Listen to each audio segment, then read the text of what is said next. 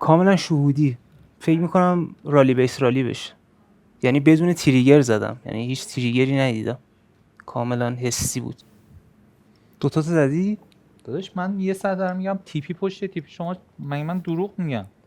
نه نه خدایی آخه یه جوری نکرده. من برخورد میکنی نه، انگاری من دارم دروغ اصلا میگم به قصد شما. حالا من جسارت آخرش نداشت. اکانت هیستوری نشون شما میدم ببین من تیپی پشت تیپی بوده یا نه. مخالفی یا موافق؟ موافقم. بچه میگی جالبه. چون از اول سشن با هم مخالف بودیم آها. برای همین الان برام جالب شد. خب در عوض اونور خیلی جای دقیقیه. بس اینجا دقیقا نشونه گرفتم احتمالاً. برو بالا، برو بالا. کف سقف. تو دوست داری همون چیزی که دوست داری. داداش اینو من دوست دارم. من کجای حرفم گفت اینو دوست دارم؟ گفتم رنج نزولی میشه، من نگفتم اینو دوست دارم. دیگه درست پیش بینی کردی. خب پیش بینیم درست بود، نمیخوام من همینو. راستشو بگو چند تا دلت کردی؟ بابا به خدا دوتا، من نمیدونم دیگه از این چیزتر من بگم. اینم ببین دست از رو موس برداشته شده. بیا نه نگین داره میچرخونه، خالیو میبنده و میچرخونه.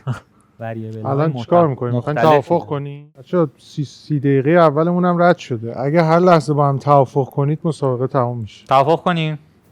نکنیدم سر علی یه علی. ساعت. من زور جلسه پیشم به خدا همینو گفتم، مثلا هیچ اتفاقی این جلسه نیفتاده. جلسه پیشم 30 دقیقه نشده بود گفتم 30 دقیقه نشده بود نه که نمیشه. همون شده دیگه. ما از پیشواز میدیم.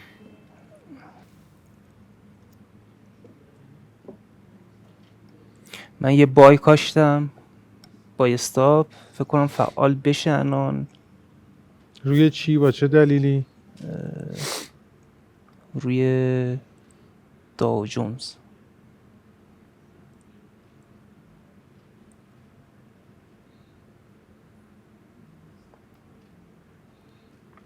اوردر پایینیمو لغو میکنم. یه دونه من از کاملا شهودی.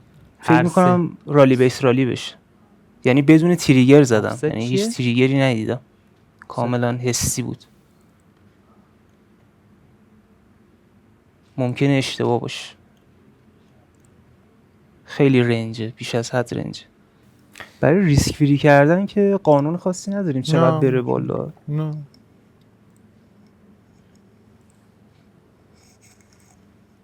یا تیپ آر با آر مثلا.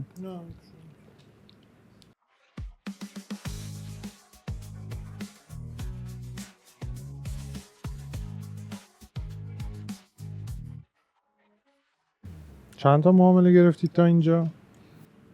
من گرفتم، دوتامو کامل گرفتم. 2 تا گرفتین؟ دوتا تو زدی؟ داداش من یه سر دارم میگم تیپی پشت تیپی، شما من دروغ میگم؟ نه نه خدایی آخه یه جوری نکرده. برخورد من میکنی نه، انگاری من دارم اصلا دروغ میگم به قصد شما. حالا من جسارت آخرش نداشت. اکانت هیستوری نشون شما میدم ببین من تیپی پشت تیپی بوده یا نه. نموداری هم که کشیدید میتونه تا $500 حسابو جابجا کنه. خیلیه. $500 خیلیه. سیستم من خیلی وابسته به ATRه، چون یعنی باید حرکت، منظورت اینه که من نبض خوبی اندیکاتور ATR رو نمیگی، منظورت اینه که راه بره، حرکت بکنه. آره. الان ATR اومده روی 11 برای داو جونز خیلی کمه، خیلی خیلی کمه، اصلا زیر 20 برای داو جونز خیلی کمه. داره به محدود خطرناک نزدیک میشه.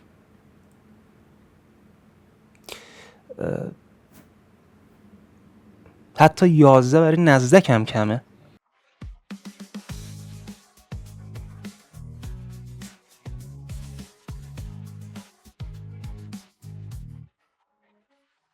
نزدک هم نگاه میکنی الان؟ آره. شورتش رو نمیخوای بگیری؟ تریگر داده. چی نمیخوام بگیرم؟ شورتشو. نه شورتشو نمیخوام بگیرم. نمیگیری؟ نه.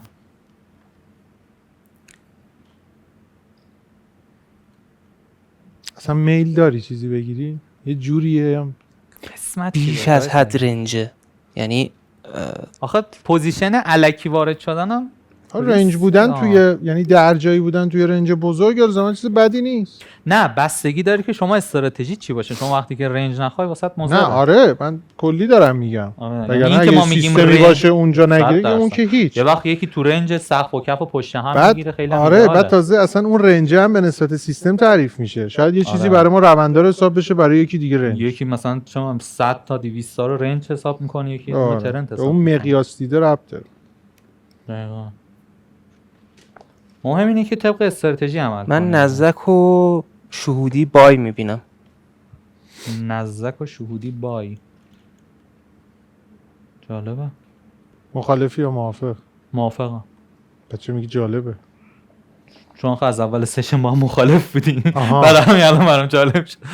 اولش ببینیم گفتم فعال میشه. میلاد گفت سل، من گفتم سل گفت بای. ممکنه بازم اشتباه حالا یعنی اشتباه باشه ولی اوردرم کاشتم روی نزدک. روی نزدک ولی اون مثلا میگم که به سمت بالا بره منظورم حرکت بزرگی نیستش. یه حرکت یعنی نسبت به اشل خودش یه حرکت کنه. احتمالش زیاده که فعال شه. خیلی کندلای به اصطلاح سوسکی داره میزنه. سوسکی سوسکی یعنی خوب یا بد؟ سوسکی منظور این که آره دیگه اصلا کندل از نظر ایتیاری انقدر کوچیکه که اصلا قابل اندازه گیری نیستش. نزدک اول هفته فکر کنم 1-2 تا کندل 70 هم زد اگه اشتباه نکنم دوشنبه. شروعش فکر کنم با 40-50 بود. ای کاش جایی که داو جونز بستم شورتشو میگرفتم. خیلی اومد پایین همون جایی که بستم. آره. خب در عوض اونور خیلی جای دقیقیه بس. اینجا دقیقا نشونه گرفتم. خب تو به این فکر کن چقدر بایه رو خوب بستی. نوک نزدک فعال شد. چه موی. نزدک چی فعال شد؟ میگم نزدکش فعال شد دارم. از من که ندارم چیزی واقعا. می‌بینی؟ ما توی نمیخوای بگیری چیزی 18 دقیقه مونده. بابا فدای سرت فوقش تو میبری چه نه بحث برد و باخت نیست نه جدی. ولی من هیجان دارم الان $1000 من دیگه هیچ چیز به ما نمیرسه. جان یا حالا به من نمیرسه تازه ولی من براش هیجان دارم. دقیقاً از همچین 21 518 ببرم با لپتاپم عوض.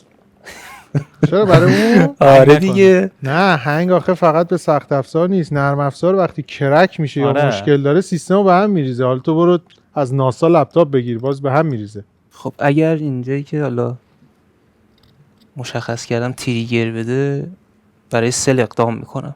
سل FVG توضیح بده. سل چی چه نمادی چرا؟ FVG نزدک سل داو جونز.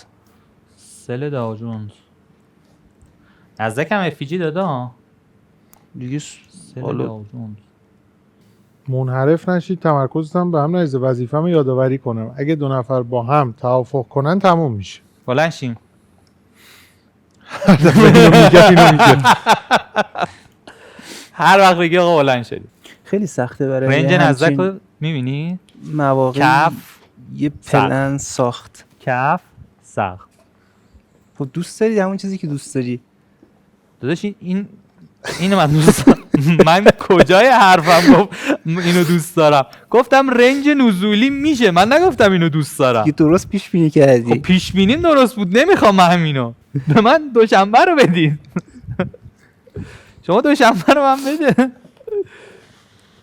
قشنگ میاد میخوره به دیوییشن منفی 2. مدیریت این روزای سخت یعنی آره همیناست که فقط بشین نگاه کنی. توی حساب ریل ممکنه که آدمو به خطا بندازه. آره یه وقتی بهترین کار واقعا خرابکاری نکردنه. یعنی توی حساب ریل بود من ترید نمی‌کردم امروزو که 100% منم.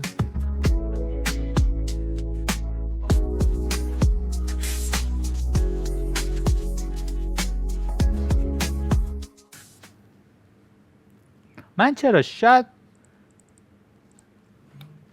مدیریت ریسکمو کم میکردم ترید میکردم. بالاخره خالی از تجربه نیست این روزا.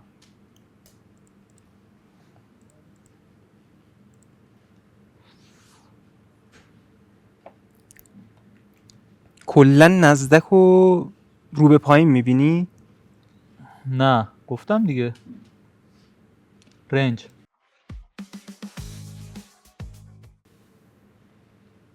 من یه پندینگ کاشتم روی بای نزدک. آقا من این که میگم کارگزاری WM مارکت بیمه 5 میلیون یورویی داره، اصلا میدونید به چه دردی میخوره؟ تا حالا به این فکر کردید چی رو بیمه کردن؟ این رو بیمه کردن، چون این اتفاق در طول این سالها افتاده، چیزی نیست که هر هفته رخ بده، ولی خیلی اتفاق ما دیدیم که افتاده. آقا سرور اینا آتیش بگیره، منفجر بشه، هر اتفاقی بیفته، یه کارمندشون برای شما آزاری ایجاد بکنه، حساب‌ها رو دستکاری بکنه، اینا بیمه دارن و تمام تعهدات مالیشون رو پاس میکنن. این بیمه به این درد میخوره. یعنی ما دیگه نگرانی نداریم در مورد هر اتفاقی که تو این شرکت داره میفته. میگم زلزله بیاد اونجا کن فیکون بشه، موشک بخوره، پولمون، معاملاتمون با تعهد سر جاش. راستشو بگو چند تا ترید کردی؟ بابا به خدا 2 من نمیدونم دیگه، از این چیزتر من بگم. اینم ببین دست از رو موس برداشته شده. بیانا نگین داره میچرخونه، خالیو میبنده و میچرخونه. که میگی دست از موس برداشته شد، انگار موتوره. میگی ببین بدون دست میزنم. نه خب الان میگی داری خالی دروغ میگی. بس دیگه 2 قانونش 2 ما هم گفتیم 2 چشم. خب میتونی بیشتر بزنی. نه میگم که یعنی حتما بی دلیل 2 نگفتن دیگه. من شهودی باز کاملا بی دلیل گفتم. من گفت فکر کردم استاندارده، دیر گفتی آقای سعید. حتما یه اوردر بای کاشتم.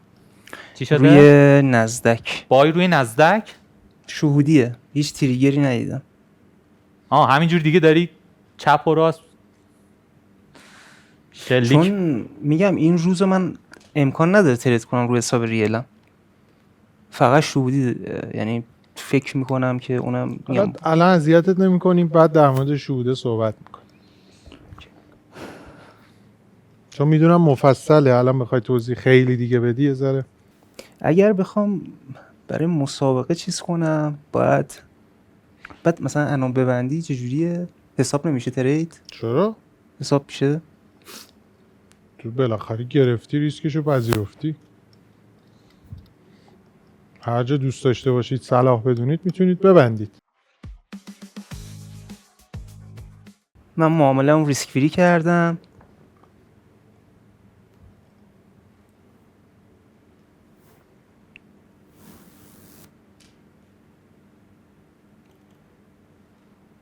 احتمالاً برو بالا.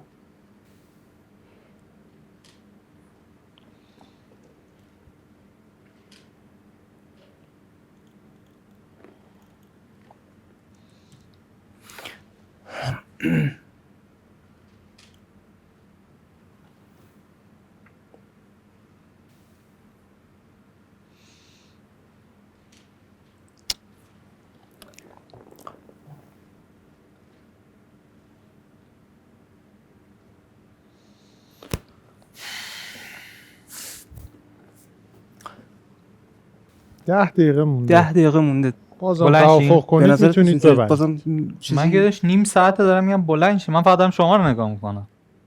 خب صحبت هم نمی کنی زیاد. چی؟ صحبت هم آخه نمی میگم کنی دیگه زیاد. الان نگین انقدر حرف زد نذاش ما کارمون رو بکنیم سریع.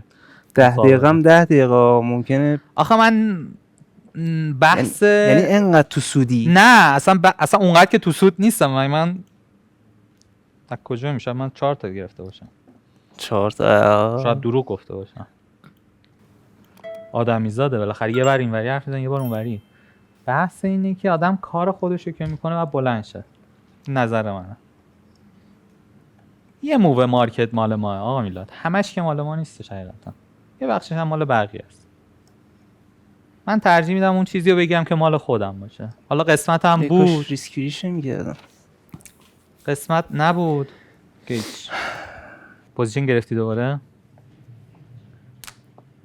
چه میخندی؟ من نه اول شما خندیدی. نه با خنده تو خندیدم. نه چیه؟ بلند شیم؟ به حسم اعتماد نکردم. خیلی بد. کاش که حسش اعتماد میکردم. حسش دیگه. تو که رفتی فاز شهودی میزنی دیگه. من که چون مینی نمیزنم. من واقعا تریگر ندیدم شهودی نمیزنم آخه. من اهل این کارا نیستم. با تریگر هر ترید جا شهودی کردی؟ به شهودی اعتماد کردم ضرر کردم. آخه به شهود شهود تعریف داره. آره تعریفش خیلی وریبل. الان چیکار می‌کنی؟ می‌خوای توافق کنی؟ من دیگه واقعیت من ترید نمی‌کنم. همین دوتا تریدم به آره. سختی انجام دادم چون خیلی رنج بود. بلند شیم. حالا تایم بالاترش که نگاه میکنیم که اصلا خیلی داغون بوده. چیکار کنیم؟ بلند شیم. به خدا بلند من میگم بلند شیم فکر نکنین برای گل و بلبلا.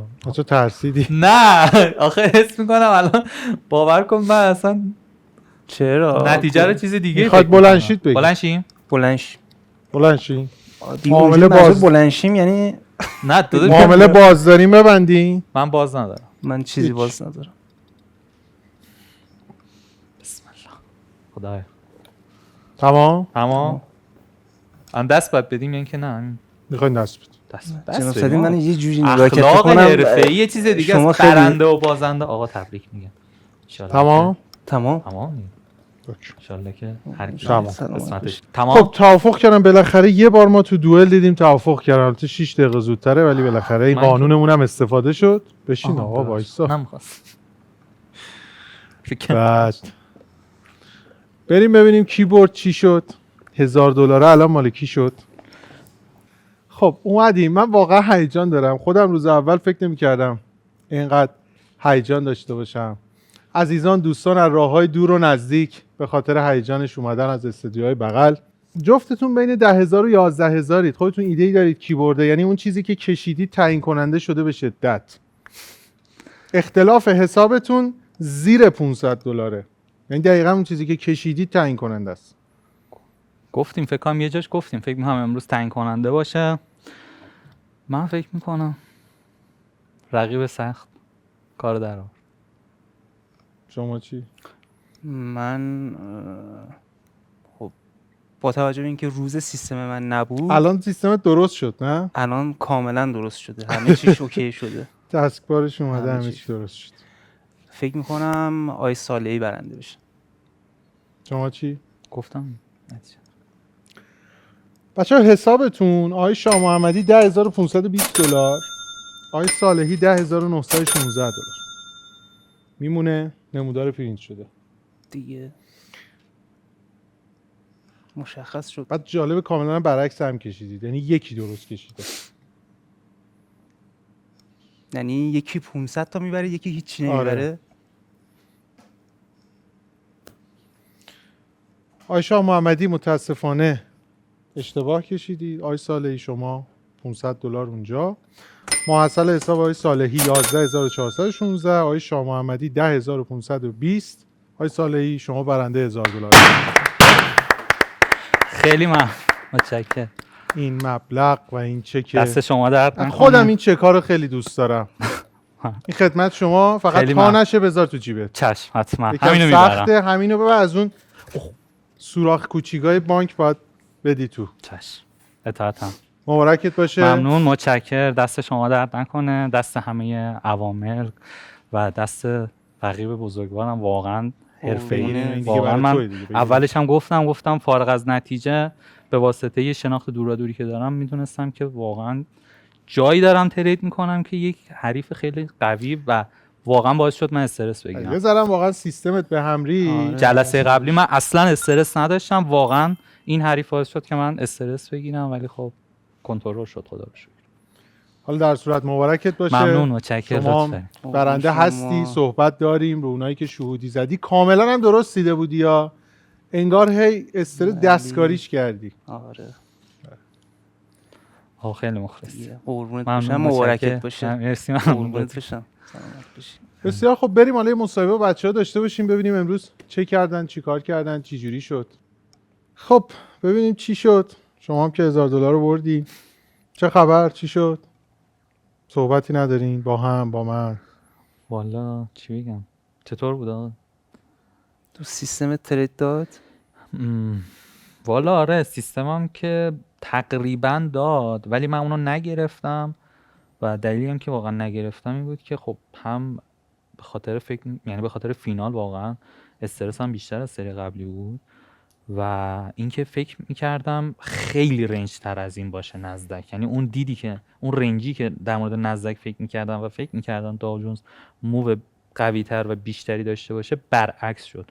داو جونز بیشتر رنج شد و نزدک یه ذره باز مووش بیشتر بود. جا موندم ولی خب باز یه بخششو گرفتم دیگه. یعنی این چیزی هم که گرفتم همون سیستممو گرفتم ولی خب کامل اجرا نکردم. یه سوال، شما شهودو گفتی یه ذره حالا الان برامون توضیح بده. شهوده یعنی چی دیدی؟ بعد هر چی هم گرفتی درست گرفتی. یه ذره حالا نمیدونم من اشتباه میکنم، احساس میکنم هول شدی، هی دستکاریش کردی، هی حجم کم کردی. نه من استاپ تو پوزیشن بایی که گرفتی خیلی پایین گذاشتی. من میتونستی رو اون کف بذاری. چی شد؟ حالا هم شهوده رو بگو هم بگو چی شد. اول در مورد شهود، اینکه شهود یه چیزیه که با تجربه به دست میاد. یعنی اگر به صورت تخصصی روی 1 یا 2 نماد 5-6 سال کار کنی، اون نحوه حرکت مارکت اصلا تشخیص میدی امروز خوبه، روز ترید هست، روز ترید نیست، و مدل حرکت کندل ها میتونی حس کنی که بازار بالا میره یا پایین میره. بعد گرفتی چی شد؟ دستکاریش کردی یا من اشتباه میکنم واقعا؟ نه دستکاریش، چون همه رو درست دیدی. من دلیل داشت. با توجه به صحبت هایی که قبل شروع مسابقه با آیه صالحی کردم، ایشون ترند گیرن. خب و من خب هر دو نماد رو داشتم نگاه میکردم، هر دو رنج بودن و گفتم که یا ترید نکرده یا اگه ترید کرده نهایتا 1-1 یا حتی با ریوارد کمتر اومده بیرون. من اومدم با این حساب کتاب کردم، گفتم که مثلا همین قد بس. اومدم یه چالشی که مطرح کردیم در مورد WM مارکت بهتون بگم. ما اومدیم چالش گذاشتیم با اطمینان و اعتماد به نفس. اگر شما کارگزاری رو پیدا کردید که از نظر قدمت، اسپرد، بیمه‌ای که داره، دقت نمودار، تنوع اینسترومنت های قابل معامله و مهمتر از همه قدمت کارگزاری، اگر پیدا کردید که شرایطی بهتر از WM مارکت داشت، بیاید به من بگید. این یه چالشه. میخوایم ببینیم چیزی پیدا میکنید یا نه. خودم در طول این همه سال میدونم که وجود نداره. خب هدف من دوئل همین بود، اتفاق افتاد. یعنی تو فکر کردی که این انقدر گرفته، گفتی انقدر رو بذار بگیرم سیوش کنم. آره مثبت ببندم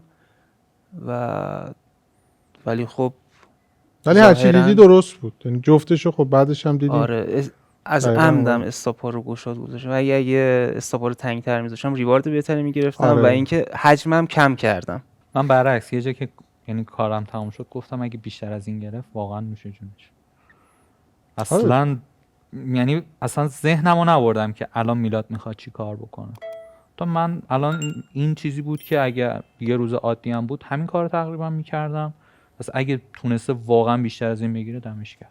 امروز روز سیستمتون بود یا نه؟ شما چی؟ برای من نه. روز سیستم نبود. نه من شهودی ترید کردم. شما چی؟ من خیلی دقیق طبق سیستم نگاه نکردم چون یک سری استراتژی که امروز چیده بودم نسبت به استراتژی اصلیم یه ذره محافظه کارانه تر بود.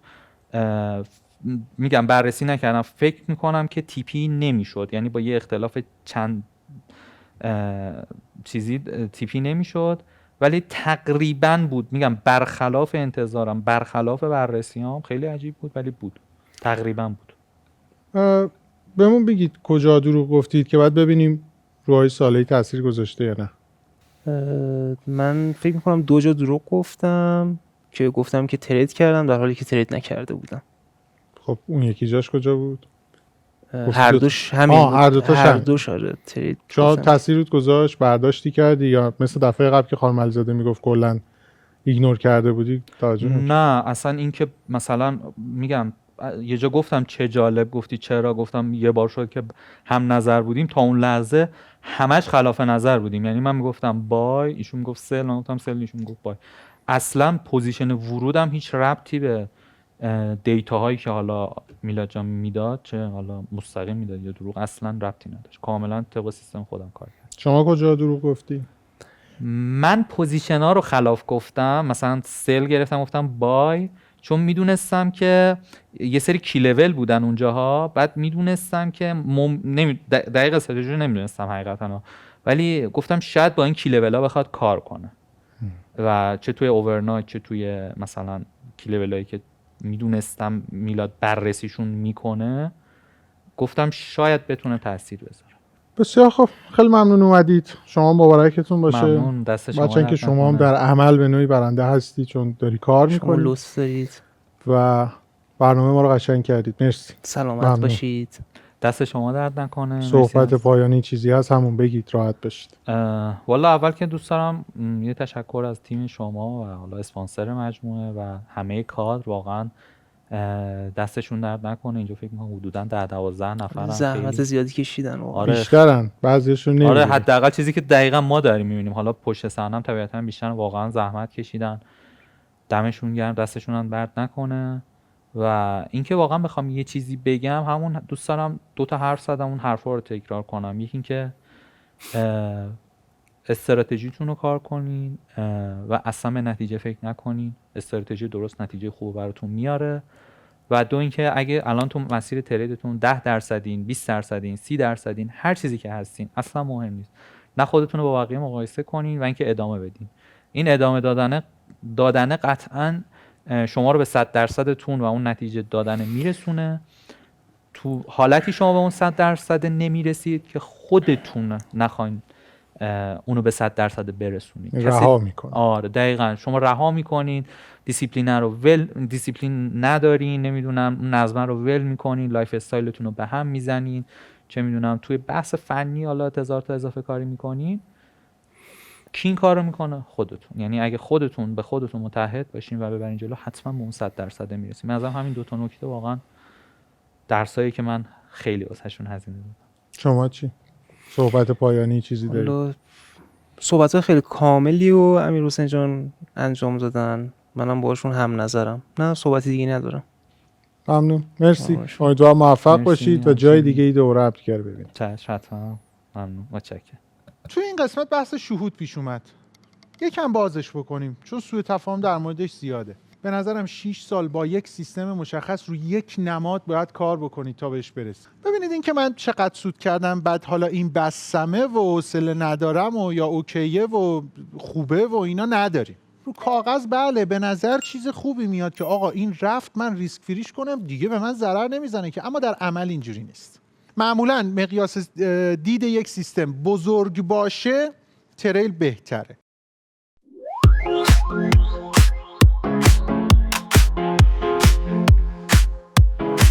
تو بازی ترید برنده میشیم، روی موجای کریپتو میریم، با بیت کوین قهرمان میشیم، بازار سهام سود رو میگیریم، هر روز یه راهکار تازه داریم، با استراتژی و پیش میریم، فارکس هم مثل یه دنیاست، پولا تو جیبمون پر میشه، رقابت دنیای ترید سخته، اما ما میدونیم که چطور برنده شیم، کریپتو کارنسی بیت کوین رو در دست، با قدرت تو این مسابقه